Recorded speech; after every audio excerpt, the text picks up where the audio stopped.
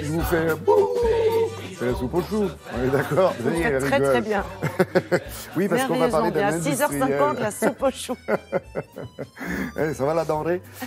Parce que, oui, il y a question ce projet. matin de soupe industrielle, mais attention, avec quelqu'un qui s'engage, qui se dit responsable. Oui. C'est un industriel responsable qui effectivement fabrique et propose des soupes prêtes à l'emploi et qui est très engagé. D'abord, par exemple, cet industriel emploie aujourd'hui 95% de légumes et d'aromates issus de l'agriculture durable, en sachant que l'objectif c'est 100% et qu'il sera très prochainement atteint. Donc c'est une belle ambition, premier bon point. Deuxièmement, il est très engagé et il veut absolument favoriser le développement de l'agriculture urbaine.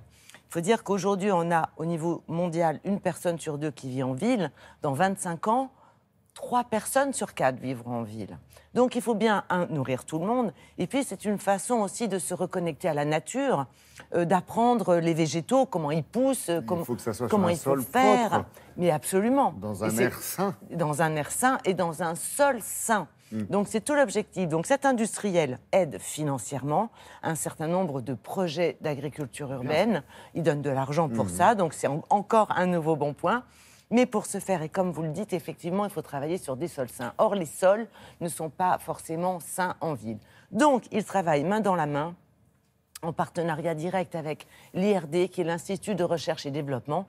C'est un centre scientifique qui travaille sur la qualité des sols avec un objectif à terme qui est l'axe nord-sud, c'est-à-dire favoriser la biodiversité, faire en sorte que les pays du Sud puissent se développer par eux-mêmes. Voilà, produire leur propre production pour qu'ils soient autonomes. Et en attendant, eh bien, ils travaillent main dans la main pour voir comment on peut développer l'agriculture durable en ville, malgré la pollution. Regardez toutes les recherches qui sont faites sur ces projets en amont pour les mener à bien.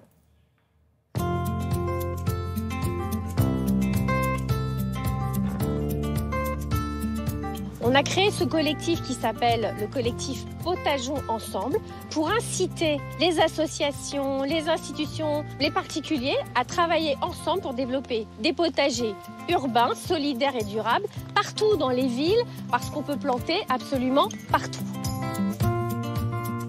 On travaille avec des chercheurs qui sont des spécialistes de l'analyse des sols qui permettent de développer des moyens de cultiver des légumes partout, sur tous les sols, en toutes conditions.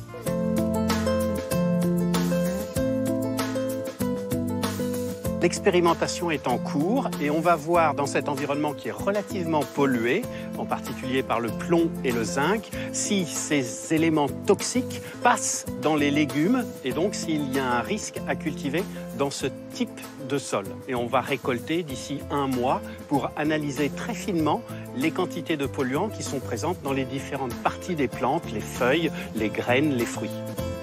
On pourra en tout cas s'assurer du niveau de pollution des sols et mettre en place des recommandations pour que ces pollutions, de toutes les façons, ne passent pas dans les plantes qui seront cultivées. Un autre sujet sur lequel on travaille, c'est de construire des sols en recyclant les déchets urbains, les gravats, les composts que l'on associe dans des quantités différentes et qui là peuvent constituer des substrats tout à fait sûrs pour la culture potagère et là n'importe où puisqu'on crée un sol.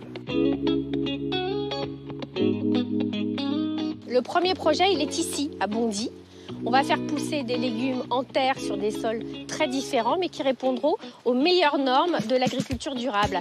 Et ça va permettre aux consommateurs de venir, de voir comment poussent les légumes, d'amener les enfants, les classes, et finalement de se reconnecter avec la nature, de créer du lien social, surtout quand on habite en ville, c'est très important.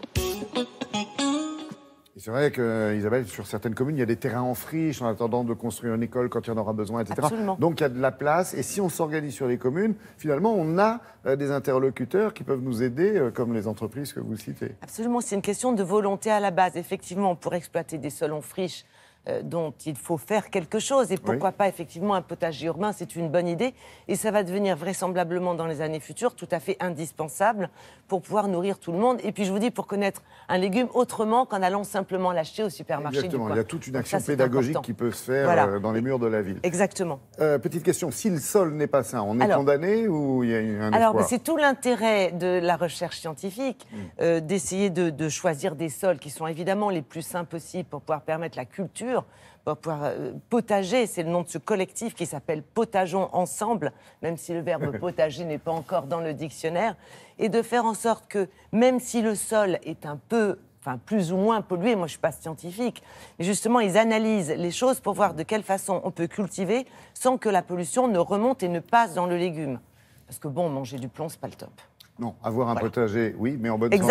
Exactement. Un potager en bonne santé. Ça fait 3 fois dans la semaine que je la fais, celle du bon copain du potager. Merci Isabelle, merci beaucoup.